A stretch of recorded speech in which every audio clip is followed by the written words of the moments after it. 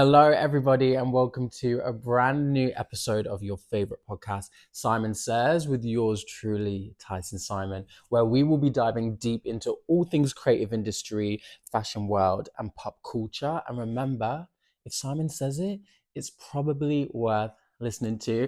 I just wanted to start off this episode by saying thank you so much for the love, the kind words, the comments, the feedback on our first episode. It's the year of the horse, it's 2026. So I just really wanted to step out of my comfort zone, stop procrastinating, try things I've always wanted to do. And this podcast is one of them. And to have such positive feedback for the first one just means the world. So thank you so much to everyone who watched, everyone who shared, and welcome to any new viewers and to old returning ones too. We're going to have a really fabulous time. If you haven't already, please go watch the first episode with Cruz Jude. We really got into all of the information about his dance journey and stepping into his own as a new musician. So please go check out that episode on my page and go check out his music. You can find him everywhere on I Am Cruz Jude on Instagram, on TikTok, on Snapchat, and Cruz Jude on Spotify as well. We have another amazing guest lined up for you, and I wonder who it could be. And as always, let's start with a little bit of housekeeping. If you are enjoying this episode and all of the episodes that we have released so far, please give us a little subscribe. Press the subscribe button. And I want to see a like. I want to see a comment. What did you like about this episode? What are you loving? What are you enjoying? What do you want to see more of? And give us a share. Share this to 5 of your friends or you get 7 years bad luck. I'm not joking. Let's get right into the next episode. Are we ready for my very special guest? This is my twin flame, my platonic soulmate. She's a professional dancer. She's a CEO. She's a teacher. She's a big titty gal. And she's here in the podcast. Everybody join me in welcoming my best friend, SAVANNAH DALY. Hey! How do you feel? I feel good. How does it feel weird to be on camera weird. with the microphone? Low key, it actually feels weird, like I'm in an interview or something. Well, you've already got the job, girl, so don't be nervous. So, guys, this is my best friend, SAVANNAH DALY. We've known each other for 10 years now. That's mad. We trained professionally together at college, and we've just lived life To the fullest. to the fullest. I want you to tell me, how did we meet, and what was your first impression of me? Girl, fuck you. We first met at Addict. Yes. And I thought you absolutely hated me. Which I don't get it. You didn't speak to me. You spoke to everyone but me. No, yeah, bitch. No, bitch. So you didn't speak to me for the first 2 weeks. And then No, bitch. I remember it was your birthday. I was like, happy birthday. Should we get a photo together? And we got the dirtiest photo together. And that's the first time we spoke. Yeah, but was you at my birthday meal? No. Oh. Did I get an invite? Also, I didn't hate you. I was just really shy. No. Yes. No, because everyone already knew who you were. Oh my God, Tyson is the Addict boy with dreads. Yeah, but everyone knew who he was. Yeah, but that's still nerve-wracking having to walk into a room and you're late and you're like, sorry, I'm late. And then you're just walking into a room filled with people you don't know. But you knew the teachers and you knew the building, so you were a bit more comfy. Yeah, but I'm still shy. I'm just a girl. But you were like the best in the air. What was that? At the start. You ate that. Slow. Anyway. To be fair, I won't speak to someone unless they speak to me. Exactly. Okay, so your energy is I'm not talking to you unless you talk to me. My energy is I'm really scared, so I'm not going to go and talk to you. So of course we're not going to talk to each other. You're the most confident person. No. Anytime there was a discussion, Tyson. Oh, yeah, but that's Tyson. Yeah, Tyson. but I've got a big mouth and I've always got something to Exactly. say. But that's always got something to say. Yeah, but that's when I feel an injustice. Do you know what I actually used to always get as well? Mm-hmm. I thought you were so intimidating when I get that all the met time you. too. I'm But like, I how? think that shy people come off as intimidating because like they're not like immediately like In your smiley, hi, hi, face. hi. But okay, so we trained together for 5 years. Mental. Also, how disgusting is this? The amount of time that we were training is the amount of time that we've graduated. That's so old. Don't you still kind of feel like a kid sometimes? Oh yeah. Like I'm always like, oh, I'm 26. Like I thought I'd be married Yeah. with kids By and a 24, house. I was like, I'm gonna be married with 3 kids in a mansion. And I'm like, On what, a dancer's salary? on a Don't dancer's think salary so. where I'm like, when am I going to pay my rent? You get paid 2 months after the job. Literally, life is just shambles, but at least we have each other. I'm sweaty. Me too. She's nervous. Okay, so we trained together for 5 years. Can you give me a brief overview of like your like dance history? When did you start? Like what stars did you get into? Where did you feel like you finished when we was about to leave? So I started dancing when I was 4. That's crazy. And my first style was tap. I know Yes. people She's a tap don't star. think that when they look at me and watch me dance, but yeah, so I actually started tap first, and at the dance school I did lyrical, dance school, contemporary though, not Martha Graham, like yeah. Tap, lyrical, contemporary. I did a bit of ballet, but it wasn't like primo, like full on ballet. Acro, that's why my back is messed up to this day. Me too, girl. What else? Then commercial, and I never actually did hip hop until I came to Addict. I now feel like you're a hip hop queen. Hip hop's my favorite style to dance. Slay. But I hated it when I first started because I was so stiff. Well, as in when we started at Addict. Yeah. It was the drills were crazy. I think hip hop is one of those things that like there's so many different foundations, and like if you ain't got that groove, trying to get that groove is difficult. And then do you know when you lose the hip hop drill and you try to get back into it? And it's like, what am I doing? To start hip hop at 16, whereas like some people have been like, for example, if you go to like Martian in Birmingham, or you do like Nottingham has a really good hip hop scene. Like they've been eat, sleep, breathing baby freezes since they came out the womb. And then I'm 16, super gay with a little skinny jean on and really big the purple superstars, really big feet. And then you get me in a hip hop class and I'm tripping up. No, but you were naturally good at it. You and Cruz. Yeah, but I feel like we're like naturally good at it anyway. But if I was to find a video of us in a hip hop class now, I wouldn't be here because I would have X'd myself. I see why people were punching walls in that class. Whoa. I feel like we need to talk about how, like, our training versus what the training is now, because we had great training, the quality was training, but like we was ghetto as hell. Oh, like 100%. Like hoops. Hexagon hoops. The girls were wearing hexagon. Shout out Ellie. Trigonometry, geometry. They'll be down to the shoulders as well. And you're doing a head whip. I know, crazy. I think it's great to see the evolution, but then sometimes I'm jealous because I'm like, we didn't start in this huge, nice building with like hundreds of members of staff. Love all the stuff that we had, but it was like 20 of us in the alleyway, and the receptionist has to call the police because this person is injecting themselves with crack at 8:30 in the morning, and we can't go up the stairs to go and do the stairs, Why would they a whole leg workout? But I just wanted to get to my 9 a.m. ballet lesson with Cheryl, but this guy wants to get high in front of the door, like to look at it. Or another college wants to be outside of it. Oh my God. In dance, I feel like it's very competitive. And 100%. In Leicester, there's a lot of different dance schools. And there was always this weird kind of beef. I was just like, I just want to be friends with everyone. Like I don't even know how the beef started. Do you know what I mean? I don't really mind, but there was one time where a rival, but it wasn't really rival, but just another dance college was like, oh yeah, like so-and-so is shit. They're shit, and we pissed on their stairs. And that's insane. What? They took a wee outside our college. That is just indicative classless.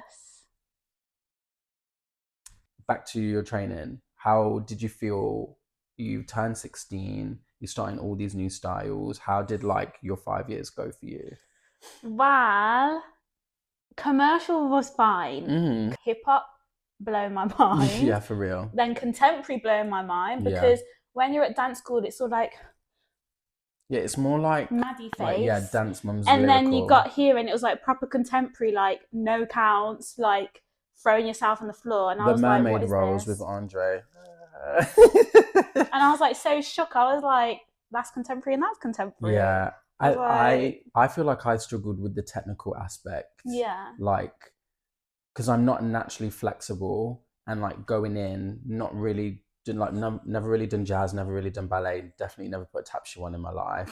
Did I really even did I even really put a tap shoe on the whole time I was there? Did you even have a tap shoe that fit? No, because my feet are too big. And then the one time, this is so funny, we had a tap piece and I was the only boy in the class and it was Michael Jackson. So I was Michael Jackson. The man in the mirror. The man in the mirror. And I was the lead, even though I can't tap, but I was the only boy and I had to do a jazz split. And then you come back up by yourself.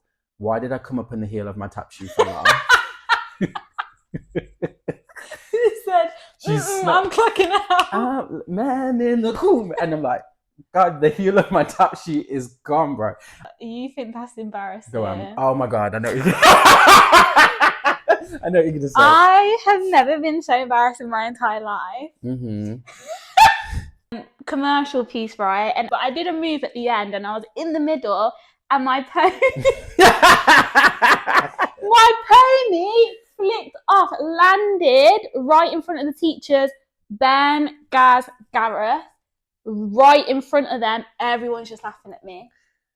And I literally had to walk in like, just get that. I feel like that's part of the black girl experience. I was so embarrassed. And do you know what was underneath? The tiniest bunion.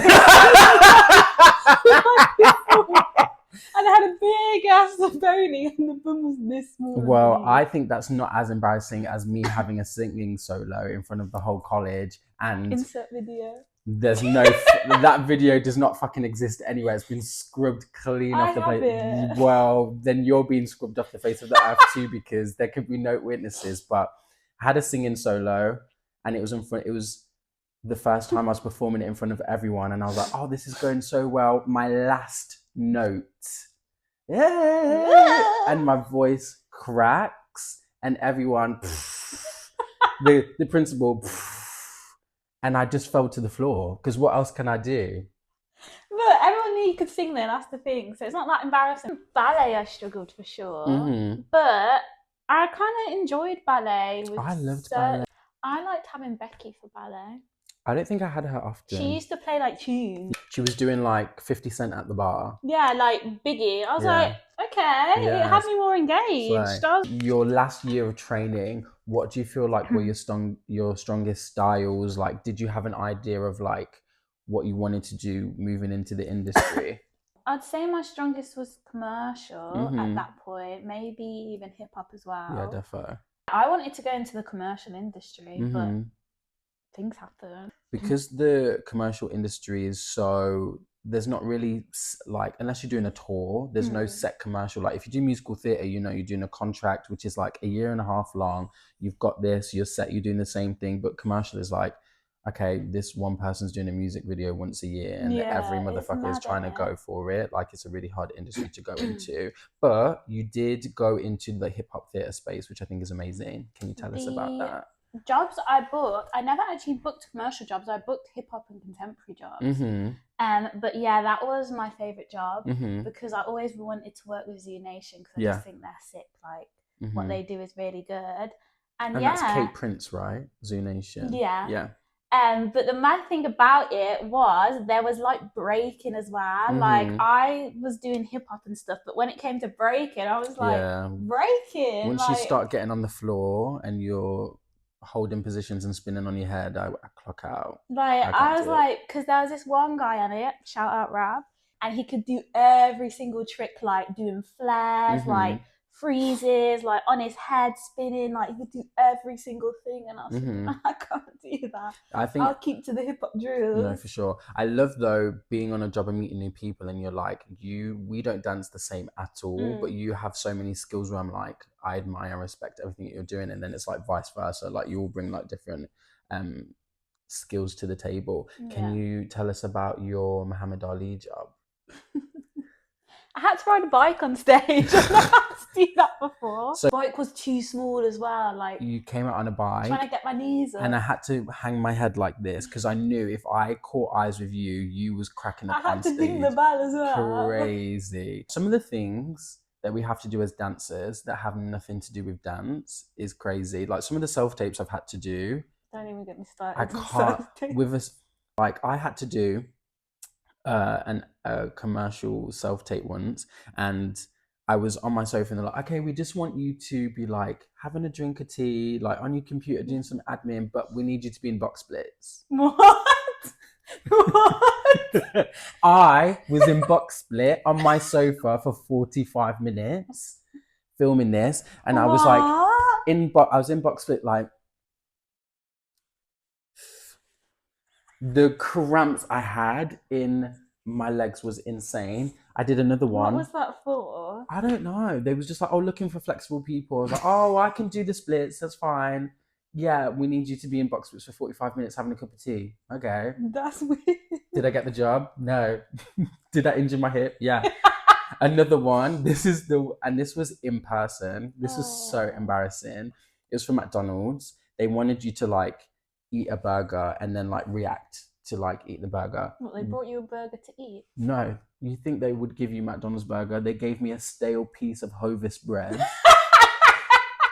And they was like, oh, we just want you to take a bite of this bread and then eat it. Okay, that's great. Let me really get my acting skills on because it's a stale piece of bread. From the minute the bread went in my mouth to 10 minutes after I finished the audition, I was still chewing the bread because it was so tough and dry. Ew. Did I get the job? No. No. But we can just blame the bread for that one. They don't get it. They don't get it. They actually don't take into consideration it costs like $1,000 to get to London. I know. And when you're like, I think it's so lucky for people that live there or go to college there because like it really is just like the hub of like where everything is happening. But for me to get to London, it cost me £70 on the train. It's going to be £15 in TfL, and then I'm on my Google Maps and I don't know where I'm going. And this, and then it tells you to go that way. It's like, yeah, go that and way. then this little schoolgirl has shoved me because she's rude. And just Londoners just have an attitude all the time. I'm like, can you guys smile? Did I ever tell you about the time that I was walking through Oxford Street and I go to turn the corner and this little schoolgirl, she's on her phone and she bumps into me and she goes, and then she kicks me in the shin as hard as she can. She booted me in the shin. I was like, what? And this is why I couldn't live in London. Booted. Schoolgirl. Like she was Jude Bellingham. Crazy, right in my shin. I had a bruise. So you've given us a bit of insight into your professional training and leaving and entering the industry, but now you don't dance professionally. Can you give us a deeper dive into making that decision, why you made that decision, and like how it's impacted your professional journey now? It was a hard decision, but like I was umming and ahhing for a while. Yeah, you was. Like when I was on my last job, like I remember I was looking around and like everyone looked like they really enjoyed what they were doing, and I enjoyed being there, but I was like, I don't feel as like hungry as I did for it before. But like it's due to like things like not booking consistently, like, and then obviously you need to find something in between. So I really went into teaching, and obviously I built that up, and like I was really lucky with my last job because I had to take a month out of teaching. Bearing in mind I teach a lot weekly, and for the dance school to be like, that's okay, I couldn't do that again. Do you know what I mean? And I'm like, risk booking a dance job and then coming back to no work. Like it's like you've got to weigh it up. You've got to make finding a that decision. balance is, as a self-employed person, because I'm in a similar position where I knew I didn't want to do anything outside of the creative industry. So I didn't want to go and get bar work, or I didn't want to work at like JD or at a supermarket. So from a young age, I started teaching and like building that. And that has been like where my main source of income comes. So that like when I do professional work, it's like, okay, I've got that to last me here. And then I do the work. And luckily, like we work for really great dance schools who are like, oh, like you've had professional training, like it's great that you're bringing that to the school, like go and take that time and then you can come back and like the job's going to be there. But not every place is like that. And then also when you do take that time off, you're losing out on that money, spending all of this money while you're in London, and then like waiting 1 month, 2 months for that paycheck. And then it's like, I'm spent all this money, missing out on all of this teaching money, and now I have nothing until I get paid from this job. And it's like, how often can I keep doing that? Was my last straw as well? This is crazy, right? Because obviously I did that month job and I was like, I can't like do that. Like I can't take months off and then expect to come back to like all my work. And then my agent, she got me in the room for Kit Kat Club. Yeah. And then I got it and I was like, I wasn't really excited about it. And usually I would be like really excited about it. Yeah. And then she was like, this goes on for a couple months. And I was like, right, so that will really mess with my teaching. And then I was on about like, because I was like thinking about it a little bit. And then I was like, oh, like, what about like accommodation? They don't pay for accommodation. She tried to tell me, you travel from Coventry to London every day to do the shows. Huh? It's not feasible. What? It's not feasible. How is that? How does that make any sense? I know.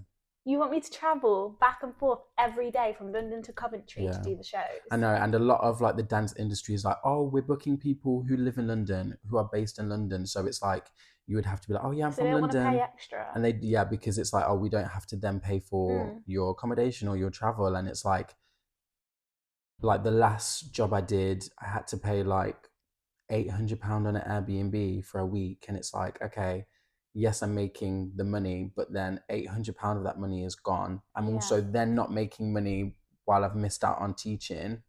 It's not worth it sometimes. There's so many auditions I've turned down because I'm like, I can't afford to get there. Do you know what I mean? £200 sometimes for a single ticket in the morning, if it's early enough to get to London, £200. Disgusting. For them to be like, sorry, you don't have the look I'm looking for. Then put that in the brief or the casting. Don't invite me to something you're not looking for. It's a waste of money and time. I know. There's been auditions where I've been at where we've learned all of the choreography. There was an audition for a tour and they lined up all the boys after we'd learned all the choreo and performed it twice. And then they got a girl who was already on the team to put on a pair of heels.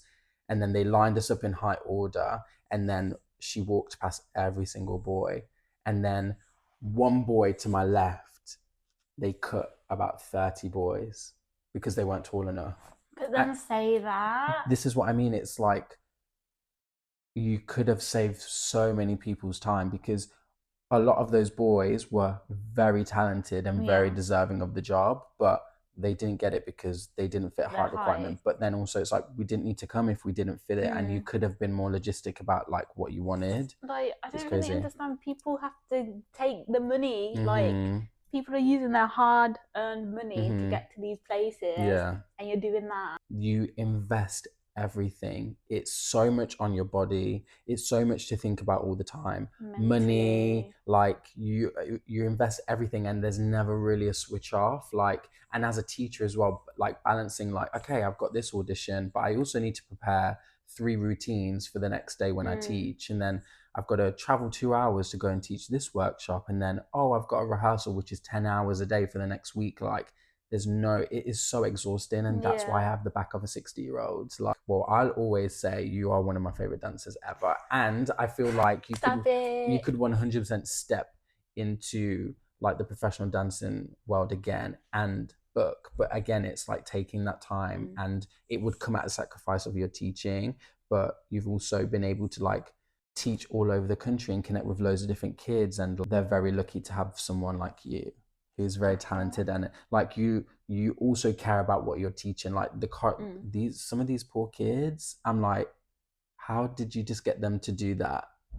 You gotta push them. You gotta push, but it's like refreshing to see. Challenge. You're like stepping into a space where now you're the teacher, and like you're like, oh, what knowledge can I pass on? Because you've got training which is relative to the industry today. You've also been out and worked professionally, and you've auditioned and you've signed with agents and stuff, and then you're also bringing that to the classroom. I think they're very fortunate about.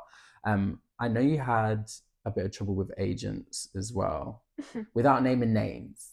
No names will be dropped, but tell us, give us an agent horror story. I've got one. I've got like 2, maybe 3. So I've been with a couple agencies, And one thing I always felt like was they don't listen. Mm-hmm. Like, example, I've always said I've never wanted to do a cruise ship. Mm-hmm. Like, I've never wanted to do a cruise ship. I've never wanted to do anything ballet, anything else I'm open to. So one agency said, yeah, you understand. Da, da, da, da. Why are you sending me cruise ship auditions? Mm-hmm. Why that's the only thing you're sending me after I said that's the one thing I don't want to do? Mm-hmm. And then there was this other agency that I left. I did so many auditions Mm-hmm. that they sent me like money, time. And this agency, they've done the same with other people I know. Mm-hmm. Doing all these auditions, like da da da da, and then all of a sudden you don't want to do one audition because that's not something, like something in the brief, that's something you don't want to do. Mm-hmm. Okay, well, we don't want you da da da da da, dropping you da da da da da. I said, that's cool then. Yeah. Like, and like she was so rude in her responses. Like, if I needed to like talk to her about something, like she would send a thumbs up. And a thumbs up is so rude. So rude. So passive aggressive. And then another agency that I left, this was before, well, this was when I was deciding I don't want to audition anymore. Mm-hmm. Bearing in mind, I really liked this agent because it was like the first agent I felt like really actually listened to what I wanted. And there was an audition for something and I was like, I don't want to do that. Like, it's not something I want to do. Mm-hmm. Like, I would have to take like months out of teaching, like, especially when it took so long to build my teaching up as well. Yeah. And then she went off on one. I worked so hard to get you in the room. Like, I feel like this is really disrespectful. I was thinking, huh? Mm-mm. Like, why are you mad? I think this is the problem with a lot of agents. Like, be open and honest about what you can provide. And like, you're going into, like, these people have asked to have a meeting with you. They want to sign you. You've gone in and said, this is the kind of dancer I am. This is what I want to achieve. This is what I don't want to do. Can we have this relationship and can you facilitate that for me? They say yes. So why not be just open and honest and say, to be honest, maybe we're not the right agent for you because you don't want to do cruise ships, but that's really all that we have on the books. And then you would have gone, oh, thank you for being honest. That's not really what I'm looking for. Go and try and find somebody else. But instead, you're promising something you can't deliver and then getting rude when I'm telling you I don't want to do this thing that I've already told you I don't want to do, and that's all you can now provide because you lied. And that's why I think I would urge younger dancers not to just sign with the first agent. Don't get gassed and think, don't get gassed. This is the like, first take agency. your time. Think, like, as you're like leaving education or you're stepping into the industry, really think about what you want to achieve. Think about the people that you see doing what you want to do and look at like what agents they're with, because that's a place you're going to be able to find the job that you want to do. Not every agent is going to be able to provide what you're looking for, but a lot of people will say that they can, and then you could be stuck in a contract for at least a year with somebody who doesn't have your best interest at heart. Like, if you're a musical theatre performer, a lot of musical theatre agents, you have to sign an exclusive contract, so you can only be with one person. So you could be stuck with that agent and they're getting money and they really don't deserve it. Whereas if you're a commercial dancer, a lot of contracts are non-exclusive, so you can book multiple, but one agent might not be able to get you what you want. Because you've left agencies before. Girl, the agent, I had a really similar story to you about like, and I don't knock cruise ships, but it's not something that I want to do. I've never been on a boat. I don't know if I'd get seasick. Do you know what I mean? Also, I like being in the commercial industry because everything that I do is different. Whereas if you was to do a cruise ship, or if I was to step into the musical theatre space for a huge chunk of the year, you're doing the same show twice a day. And that's not something that I want to do. And every single agent I've ever had a meeting with, I've always specified that.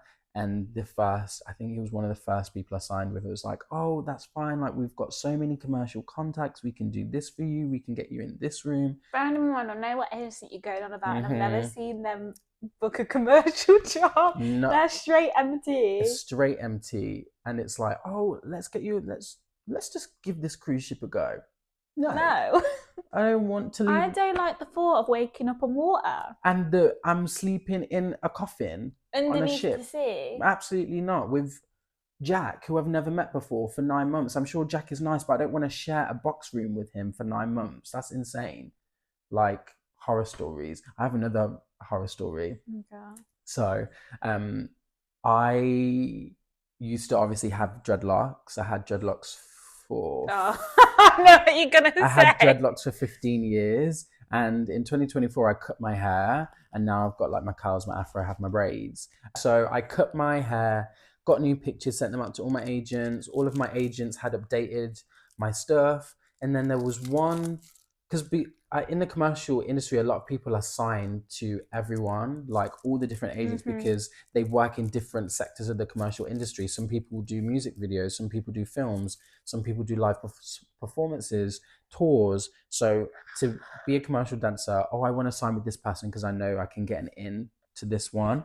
And this agency, I hadn't heard from them in forever. No emails, no availability checks. So like they kind of just went under my radar, but I sent them my stuff. And then a few months later, I went to check the website to see what my portfolio looked like. The same old pictures on there. And I'm like, this isn't what I look like. Email, like, hi, can you please update my pictures?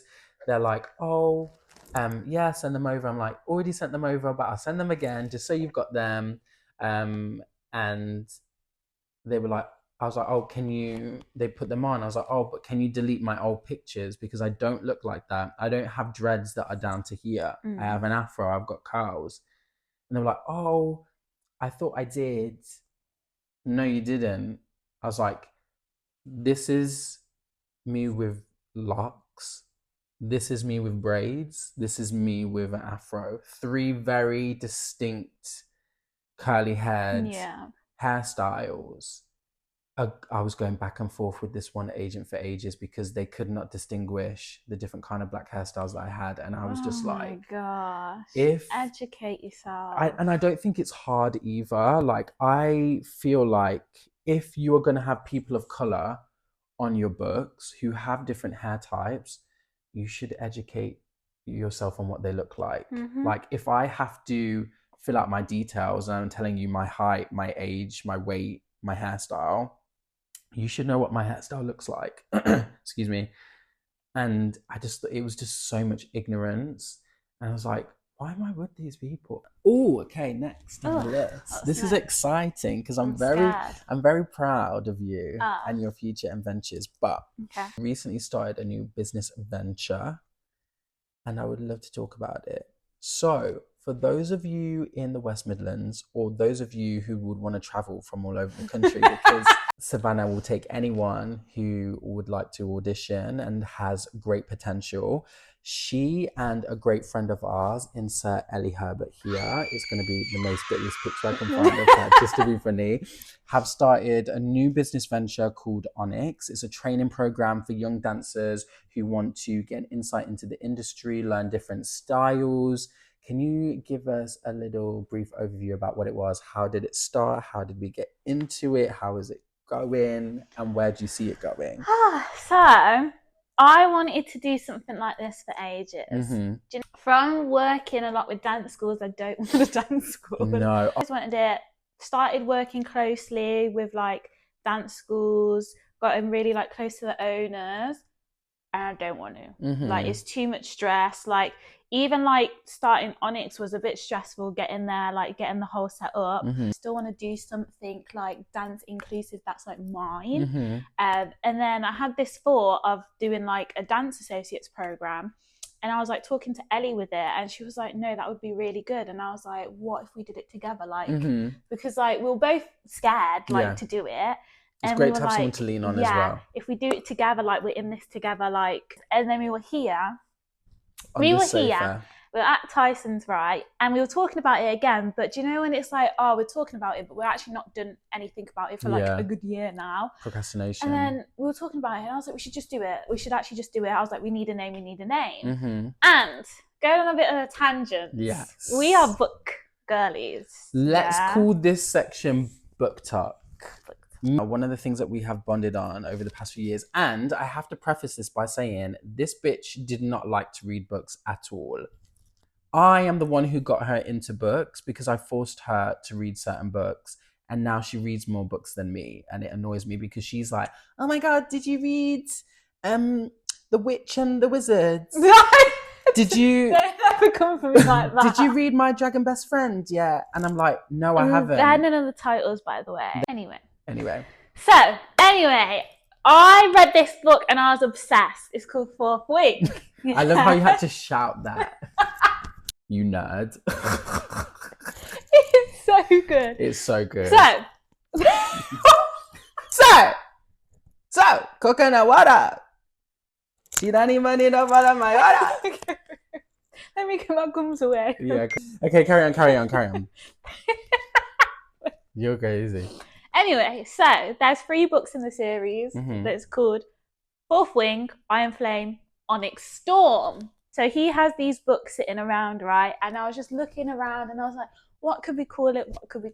And then I looked at ONYX Storm and I was like, ONYX is a really cool name, actually. And then Eddie was like, no, I actually really like that. And then we were all like, shall we name it that? And then we were like, yeah. And I was like, but it's all good at saying it. Like, we actually have to do something. And then I literally just made the Instagram and I was like, there's no going back now. Like, and I feel like what you've been able to create and facilitate for the kids is amazing. He did only want like 1 group. Yeah. But because of the amount of like people sending in there, because like you had to send like tapes of you dancing. We don't want like perfect dancers. That's not what it's about. Like, we just want people who want to dance and want to push themselves in all potential. of this. Yeah. And originally we only just wanted 1 group because we knew like we need to like sort things out. We're not going like crazy to start with. But because we got so much more interest than we thought we would, we did have to split it into 2 groups. You guys put so much love and care into what you're doing. Like, you guys are so passionate. Eventually will be a great source of income for you guys. But like, what you're trying to create for like a young community in the West Midlands is amazing. The people that you've brought in is amazing. Like, you're giving them new, different interesting styles and practitioners every month.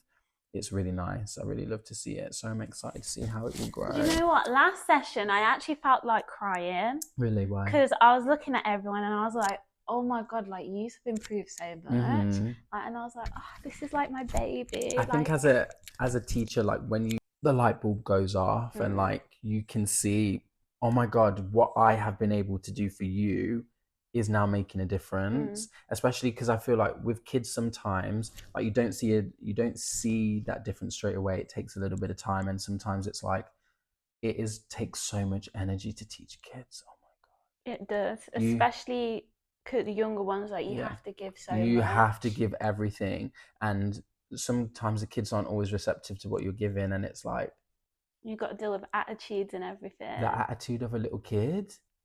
Won't name names either, but what's the worst interaction you've had while teaching a kid? A kid or a teenager? Let's go teenager, because once the hormones come in. I had a whole teenager have a whole argument with me. Really? What was it? Over nothing. Really? What was it given? Rude. It was so rude. I was going over the choreo for her because she didn't know it, and she wasn't paying attention, giggling with her friends, and then had an attitude about it. And she was going back and forth with me, and I was thinking, I would never dare to ever argue back or chat back to any of my teachers. Like, oh my God. Like, maybe sometimes as when you're a young kid, we were perceived as rude, even though I don't think that's true. Like, no, I used to listen to my teachers, mate. I was scared of my teachers. It's like, I want to have fun in a lesson, but this is my teacher and they're teaching me something valuable, and I'm going to enjoy the lesson and try and make the most of what they're giving me. Some of these kids, I feel like also when you're a younger teacher, like, we started teaching, well, we've been teaching for years, but leaving and just graduating and then teaching. And then it's like, these kids are like, who are you? You're close to my age. I'm your teacher. Do you know what I mean? So the same respect that you're giving Miss Sunshine in your ballet class, why do I not get that same respect? But maybe that's just an ego thing for me. But I just feel like you have to give a lot for younger kids. Obviously, like, also I feel like when they're younger, like, their attention span is like, but a younger kid knows that this is the line, and they're maybe constantly trying to get over it, and you have to be like, no, tap it a little bit. This is the line. And I think once you've established that boundary, like, a lot of kids are there. But going back into ONYX, those dance schools young performers in the West Midland area. They are creating amazing opportunities for kids. Amazing practitioners are coming in Birmingham, in the Marston Green area. Once a month, I think it's the third Sunday. The third Sunday of every month. Applications will be open soon for you guys to sign up. Please go have a look at the ONYX dance training page on Instagram for all little videos and updates on all of that stuff here below, because it is a great way to get a little insight into the industry and loads of different styles that maybe kids haven't tried before. So very proud of you. Thank you. Clap, clap, clap, clap, clap, clap, clap. Okay. We are going to finish this section by answering a bunch of questions. Oh. So on my Instagram, I asked my followers for any questions relating to dance or like the creative industry, and we are going to answer. Loads of questions? I did. I got loads. Oh, I'm scared. This one is quite broad, but what are the 3 biggest lessons you've learned in life so far? People are always going to do what they want to do. Yeah, facts. Go for what you want to go for, because people are always going to judge. Mm-hmm. Do what makes you happy. Yeah, Chris said that last week. Yeah.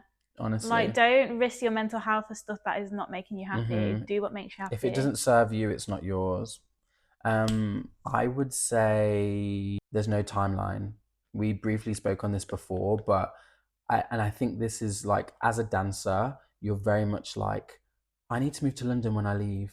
I have to be signed by this agent. That was literally me. I have to have achieved everything I've ever wanted to achieve by the time I turn 25, because then if not, I'm going to turn into a big pile of dust on the floor because I'm going to be old. And I'm like, actually turning 25 and realizing I've not even scratched the surface of my life and what I could potentially possibly achieve, and I can pivot at any point. It's like, why was I stressed about those things? Like, why was we actually like 10 thinking we was going to be married at 25? God, honestly, I don't even know. I'm still waiting. Some of you are the spawn of Satan and you're evil, and you know deserve who you are. nothing good in this life or the next. And you know who you are. You're not over it. You cursed the whole bloodline. I know, your whole blood, every generation.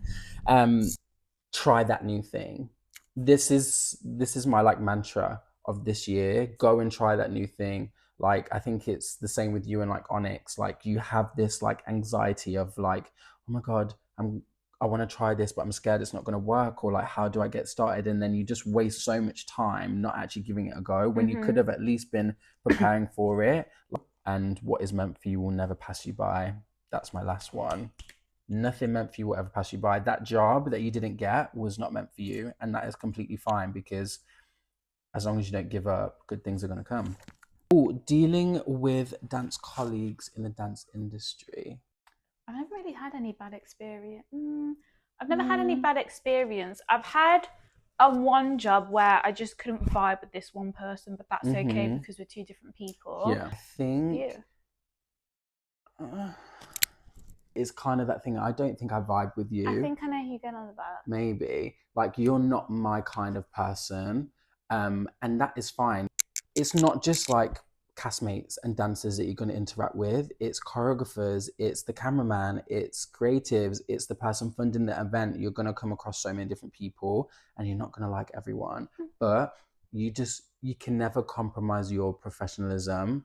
It's only going to reflect poorly on you, and then you're the one who has to deal with the consequences. So I would just always approach things in a respectful manner. If someone is disrespecting you, if someone's crossed a line, you are valid and you have every right to say, but how you deliver that message is very important. And that just speaks to your professionalism. Oh, this is a good one.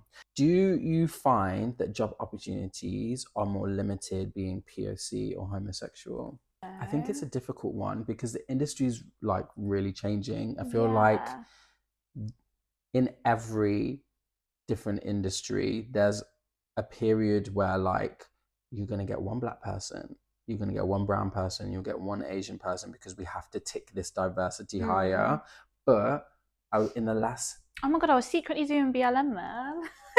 That's correct. You used to do the black squares on Instagram for BLM, and the people that didn't do the black squares, we remember who you are. Some of you wear MAGA hats too. Wonder who I'm talking about. If you wear MAGA hats, I'm looking at you, even if you're not from that country. I'm just going to put that And I think in the last 10 years, I think like there was a point where being black or being mixed was trendy. It was trendy. It was like, speaking to my college experience, there's not as many people of color in the dance industry as there are white people. I think that's just reflective everywhere. And that was my experience. Like me, you, Cruz, Summer, see. And do you remember that? Sorry, do you remember that time? What was said when all the people of colour got picked out? No, what? Do you remember? No. So we were in a class. It was a student who said this. Yeah. We were in a class and we got picked out. We were in Ben's class. We got picked out. Me, you, Summer, Cruz. And then after we left the class, we went downstairs into the common room. A student, I won't say who, was like... Say it, I'll bleep the name. She was like, oh, maybe if I go get a spray tan, you will pick me out too. Sorry? So you're saying we got picked out based on the colour of our skin, not on our dance ability? Okay. Just have fun with those two kids, man. Sips tea. To navigate the world, to navigate the dance industry as a person of colour, it just comes with so many more complications. And to navigate the world in general as a person of colour. I think we are fortunate enough to be surrounded by white people who are open to hearing about our experiences, and they're like, I'm so you have to go through this. I see this. I know it's not right. I'm going to speak out for you, because when you speak out, no one's listening to you. Really great. But you're going to come across some people who do not give a fuck. It's like you've just negated all of our hard work, all of our hard training, all of our talent and potential because you're jealous that us as black people got picked out and you didn't. Do you know what I mean? What? Our experience as being black people in an industry where not many people look like you compared to the majority is hard, because there is times where you're the only black person on a job. And I've been the only black person on a job, and I'm like, I've got this job just to tick a box, not because I deserve to be on the job, which I did because I worked really hard to be there. I never actually thought about being the only black person on the job. It's crazy though, right? Yeah. Like because it's like you spend so long working hard to want to be in the room, and then you get into the room and you're just enjoying the experience. It's like, I'm here, and then you leave the experience, and then you can look back and be like, wait, no one there looked like me. Everybody else was white, and some people were a bit frosty about the fact that you were there. But me and Cruz spoke about this last week. The industry favors masculine men because that is a demographic that sells more. Like, you sell to women who want to be with a sexy man, men who want to look like a sexy man, and men who want to be with a sexy man, and me. So that is a bigger demographic to sell things. So being masculine, I feel like you would book more jobs, but there are niche pocket jobs and artists who work and favor gay men. So there is that pocket, but then it's like, because it's a smaller industry to get into, there's less space for you. Do you ever get in an audition and like, I don't know if to dance femme or math? This is a great question. At the beginning, I had this crazy, like, inner turmoil. It sounds really dramatic, but this anxiety with going to an audition, because I'm like, what the fuck do I do? Like, I can dance mask, I can dance femme. Back in the day, I really preferred dancing femme. I was a femme A. And I was more feminine looking. Like, a lot of people thought I was a girl, which I think, don't ever. I have to sell myself in a room, but what part do I sell? Yeah. Like the masculine side or the feminine side? And then I'd ask people, oh, like, do you think I should be masculine in this audition? Do you think I should be femme? And then I'm like stressed out because I don't know how to dance. And then I don't think I'm dancing my best because I don't feel like I'm being authentic to me. But then I was just like, no, like, I just need to go with whatever I'm feeling. Like, if I'm feeling more masculine, go with that. If that's what they're looking for, that's great. If it's not, then the job is not meant for me, and I can just let it go. Don't try and be something that you're not. And I think a lot of people in the dance industry will be like, oh, like, I need to dye my hair red. Bitch, you don't need to dye hair red. Oh, this person told me shave my head. Please put down the clippers. What? No. Like, that is not going to book you. Like, I've heard stories from people where this person has gone, this agent told me I need to dye my hair and I will book you. And they never booked her. Did you ever get booked? I know who you're going on about. Yeah. They never booked you, and you took a leap because you thought it was going to get you to a certain place, but it wasn't authentic to who you are. Like, make the decision to dye your hair outside of dance. If you want to have a little shadow route, have a little shadow route. And what a casting director is looking for one job is not what they're going to look for another job. So you can't keep trying to change yourself to like be in the industry. I think you just focus on being the best dancer you can, the best version of you when you step into a room, because then the job that is meant for you will be there for you. Yeah. Someone special asked this question. If you would do anything different at the start of your career, what would it be and why? One thing, I wouldn't waste my money on crap portfolio shoots. Spend the money and just get good ones. Spend the money. Spend the money. Also, guys, if you're looking for a stylist for a portfolio shoot, come to me because I do styling too. Follow my page on Instagram, Tyson the Creator, where I style beautiful people for dance portfolio shoots. I would look back on my portfolios I had done at the start and I'm like, what the fuck is that? First of all, why you got a pony in? You don't wear a pony every day, so these people are going to think you got long ass hair. Like, oh, this is so... Guys, your portfolio needs to reflect what you look like in real life. I would say for me that I wish I had gone and diversified my training more. Like, I feel like I stuck to like the four walls of college and what that had to offer, whereas it taught me great things, but there's great things to learn at other places, like dance camps, associates, like other training programs, like gone and done styles that made me feel really uncomfortable, because then I feel like I would be a better dancer now with more knowledge, and that is obviously more employable for people to look at. So I wish I'd done that. I don't regret like work ethic. I feel like we worked our fucking asses off, and that's why we are where we are now. So snaps to us. How do you go about navigating like body issue images and like the mental side that comes with training? I've had negative experiences with it. But I think because I've been dancing since I was 4, like dance is very about body image as well. So I've always felt somewhat self-conscious. Like even like before starting uni, like certain costumes, like when you get older, costumes start getting a bit more tighter. Like they'll give you a cat suit and you're like looking like... He's like, I don't want to be in a cat suit today. Don't want to be in cat suit. To be fair, when I got to uni and I was in BTEC, I felt like I was like fine. But then I remember at that point, I thought I was really big. But when I was looking back, I was like, no, I was actually quite small. And then when I actually moved to Leicester, obviously I was away from home. Yeah. That's when I started putting more weight on. And like in ballet, I would always put a top over. Yeah. This was not the best experience for me, especially the way it went about. So Move It.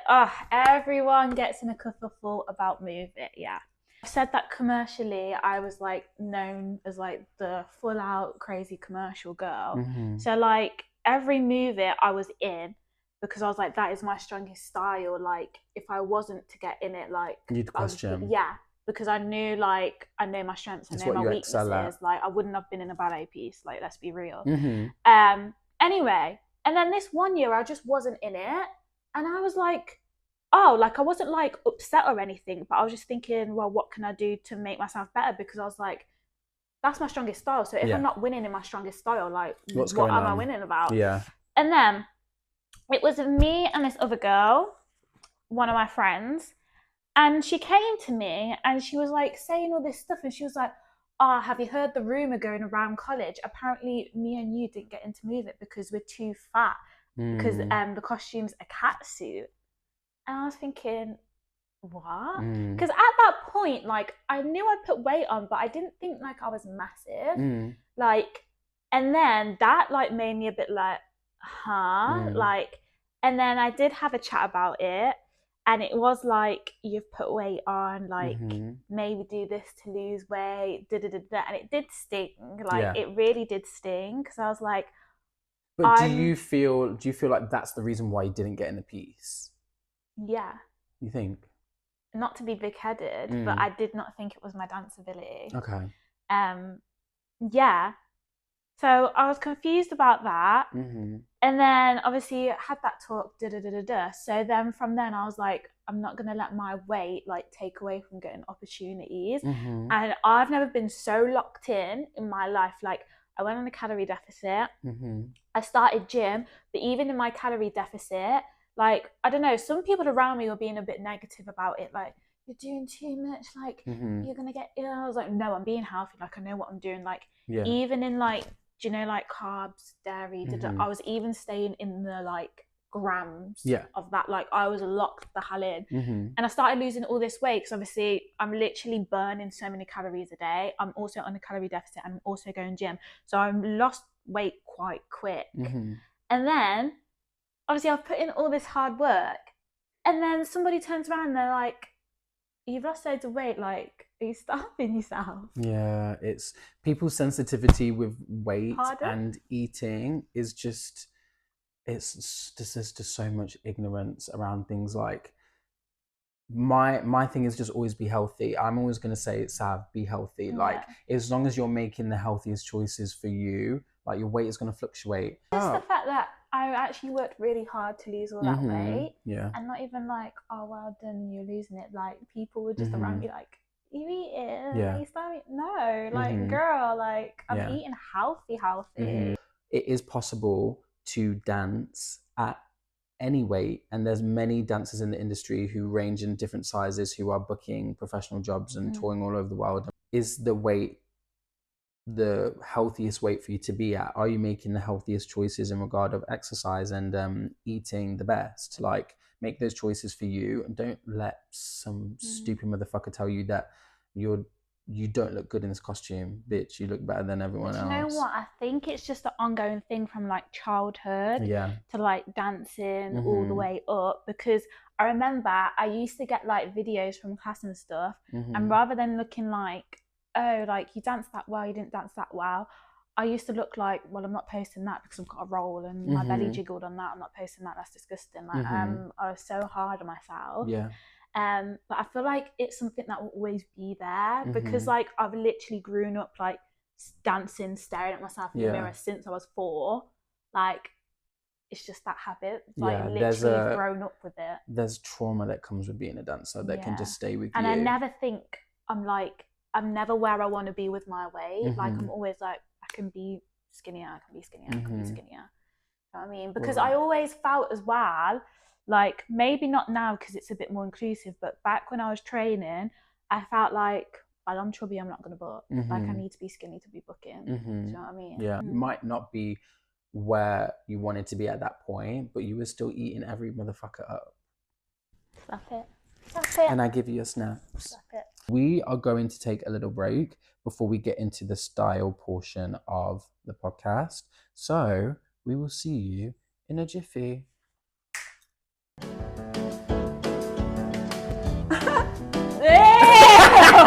It's like, ouch, whoa. Hello everyone, welcome back to section 2, where we focus on fashion. So the first segment is called Simon Says Fit Check, where we will be showing the audience our outfits, and we will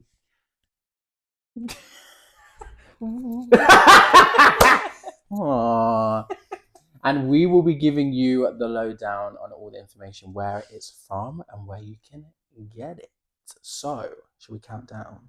3, 2, 1, Mag.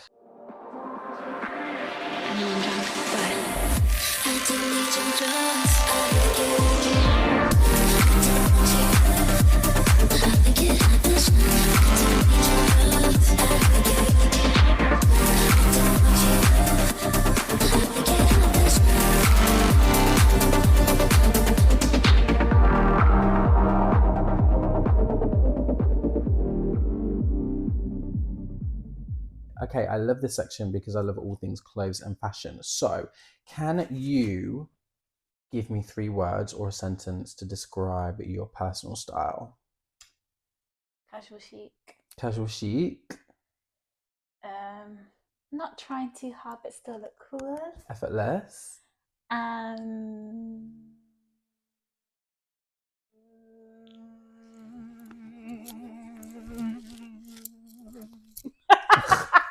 I don't really know what else. Your fashion always gives me like a throwback cool girl vibe. I feel like I'm giving Australian today. Yeah, with the Havaianas. I love a Havi. I love it. Also, in a flip flop. A flip flop and a jean. I think it's so chic. It is chic. I love it. I think it's so chic. Thank you, Ozzy, for giving us that vibe. We love it. Okay. Kangaroo? Can you, if you... I chose to ignore it, but I couldn't ignore it for too long. No way. Did you know, when I was in school, I convinced my whole year that I was from Australia for like 2 weeks. Cleo. But all the Aussies don't think that my accent is good. I think it's good. Thanks, but we're not Aussies, so we're just this is the delusional fantasy that we live in. But it actually is though. Thank you. Okay, I want to find a nice jean, or I want to find a party dress, going out dress. What are the places that you look for? My favourite jean place is Bershka. Bershka do good jeans. Sponsor us. I can't lie, I love a little Shein shop. I love Am I it. allowed I to love say Shein. that? I'm going to get cancelled. But also, not everyone can afford a £70 jean. I love Shein. Are we going to get cancelled? I don't know. Child Baber and that. Yeah, but they have a better like ethical rating than Fenty. Oh! Savage Fenty. What's you doing out there? Oh, Dana. I love it, ASOS. TK Maxx, you got to be patient. Oh, guys. You got to be patient. Guys, I need... You got to search. We have to talk. TK Maxx is heaven on earth. I love it so much. My True Religion jacket that you saw in this video from TK Maxx, retail price, £350. Guess how much I got it for? Like under 100? Like 80? 50? Shut up. $49.99. Retail price $350. I found a diesel jacket in there that it was new season, retail £1,200. Guess how much I got it for? What did you say? 1,000? £1,200 retail, new season. Guess how much I got it for? 89.99. Are you joking? You be finding them though. I do. My spidey senses start to tingle. We're gonna go watch Spider-Man later today, though, guys. My favourite finds ever. Bershka, ASOS. Do you know, I love Zara. Zara's hit and miss. We also don't have one in Cov. Oh, this is sad. I think Zara does the best autumn winter clothes. They do great essentials, basics, like their ribbed stuff, like their vests and like their tees are just really good. I love, and they do really good jeans as well. Who influenced your style growing up? Growing up, I'm not gonna lie. Growing up, I used to dress like a fucking idiot, bro. Me and Savannah have this relationship where we will just cuss each other in our past mistakes. I'm on about like from like 7 years old. Like I remember year 6, went to Dolly Mock. Tell me why I wore, because I have the photos and it really makes me feel sick. Like these like baggy capris, but it was like a tracksuit, so they're like bright blue and little blue zip up with like grey, remember, like pumps. This sounds lit. I would wear that now. No, it was nasty. Not the grey pumps. Your choice in shoes back in the day wasn't the best. First of all, don't ever come for me when you had the purple Superstars. First of all, as a dancer, you dancers all know right now, dancers love to wear all black outfit with a bright ass shoe. Who? Loads of people. In 2010? No, in 2026. Name people, one person. the blue shocks that everyone had. Yeah. Exactly. Wait. See how I just proved my point? And she's like, oh yeah. No, but okay. I'm gonna get a picture of them. They were fire. No, and everything we was all wearing was questionable. We always wearing skinny jeans. But Ellie's was the worst. Love you. Yeah, Ellie used to wear Christmas Papa Joggers. with a velvet velour bralette, with her sunglasses, with a hexagon. She loved the Harachi, she did. But I stand by the purple superstars. I would still wear them today. I have a pair of superstars that are black and white, and I love them. They're fabulous. If we're going typical Savannah outfit, what is one thing you always gravitate towards? I've got to have this thing. A baggy jogger. A baggy jogger. Nice. No cuff fits around PMA. Oh, guys, we don't need to choke the ankles. I just think the proportion of a baggy jogger with a tight top is chef's kiss. It's elite. It hits every time. I feel like I'm sat like a man. Sorry, I just need to Close your legs. Close your legs, man. I was about to say that. Close your legs to married men. Close your legs to married men. Remember, guys, fashion is subjective. So what I like isn't what you need to like, and that's completely fine. What are your fashion do's and don'ts for yourself? Obviously, already said no cuffs. No cuffs. No skinny jeans. What else don't I like that I've seen? I feel like I'm more open to stuff these days, though. Like some stuff that I see now, I thought I wouldn't have liked that like 2 years ago. What's been trending recently? Capri. I love a capri. I love a capri. I think it's so classy. It's a gorgeous silhouette. I think it works on so many different body types. Recently discovered that they suit me, so I'm on a capri. I love where you find the perfect top that, and you pair it with a jean, and it has a sliver of skin between the top and the jean ratio. I said this last week. Did you? That's like, I love that kind of crop. love it. Do you have any questions for me on fashion? No, I know everything about you on fashion. All right. Okay, guys, that is the end of our fashion section. We are going to take a short break, and then we are going to get into pop culture.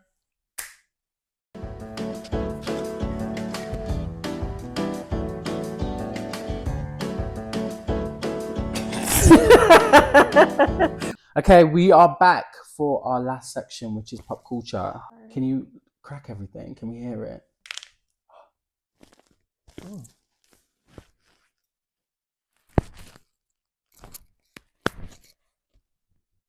This is our pop culture section where we talk about all the things that we are seeing on the timeline. And there's something that I wanted to bring up.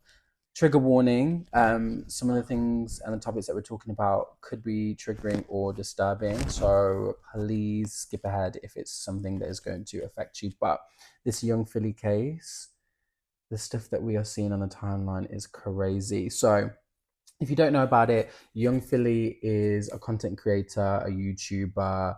It was maybe like a year and a half ago that he was arrested in Australia for the alleged sexual abuse and assault of a woman, which is very just deeply disturbing to hear. And obviously the legal system takes a long time. So he's in trial right now. And there's just a bunch of different things that we're seeing on the timeline. I think it's just so disturbing when you see someone with so much influence, like potentially use that influence to target young women and just do some crazy things. He was found not guilty of sexual abuse, but he was found...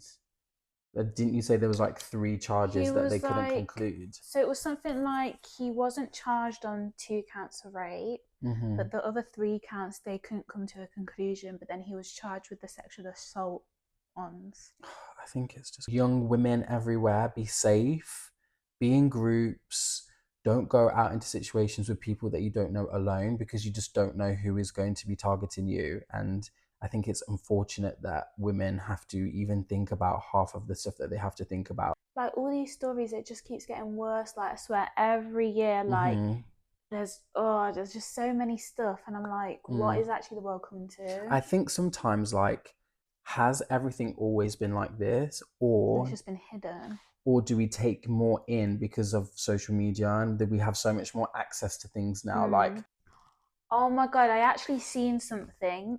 And it was like the map of like America and all like the states. And there was like red dots, and it was like all these dots represent a person who is like looking at child. And there were the dots that was like, it was basically covered, and then the blue dots were like how many are actually under investigation. When I say there was about 5 blue dots, like it was insane. Like the red dots were covered. It's disgusting. Like, I just think it's such a disgusting thing. Like one of the most disgusting things you can do. like that poor baby. I can't even talk about that. Baby Preston. I actually can't. The poor, horrific things that poor baby went through is not an excuse to target gay parents and gay people. Like, oh, this has happened, now every gay person can't have a child. I think it's disgusting, and it shouldn't be used as an excuse to push your homophobic agenda. So unfortunate. Yeah, and I just feel like the system failed so much. Like, because he was put into hospital a few times, like, with injuries. 3 times with really bad injuries, and no one thought, oh, something's going on here. Let's switch the vibe, because that was a little bit of a downer. Let's go on to TikTok of the week. So for those of you that haven't watched, this is our section where we are going to show you our favorite TikToks of the week, because we just want to laugh. So is there a TikTok that has been making you gig and gag? Let me go on my repost real quick. Go on. The caption is, first time horseback riding, and this is your instructor. Hello.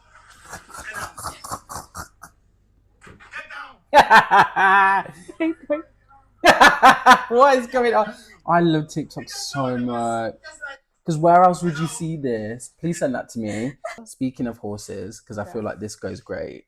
Bueno. El diablo, pero yo nunca había visto uno. Que son duros, se llaman Gucci. El diablo, pero qué ¿Tú lo quieres? Oh my god, it lo just cracks quiero, me padre, up. que están como... Okay, guys, we are on to the last section, which is Song of the Week. So, what songs are we loving at the minute? Masego recommend. Okay, let's have a He little only look. just dropped it. I love Masego.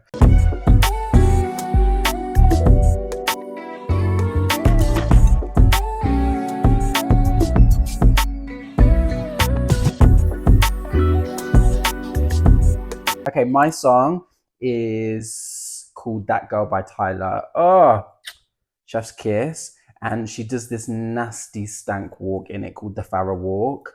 And the South Africans are just really like, they're coming through. Closer. Come a little closer. Closer, closer, closer.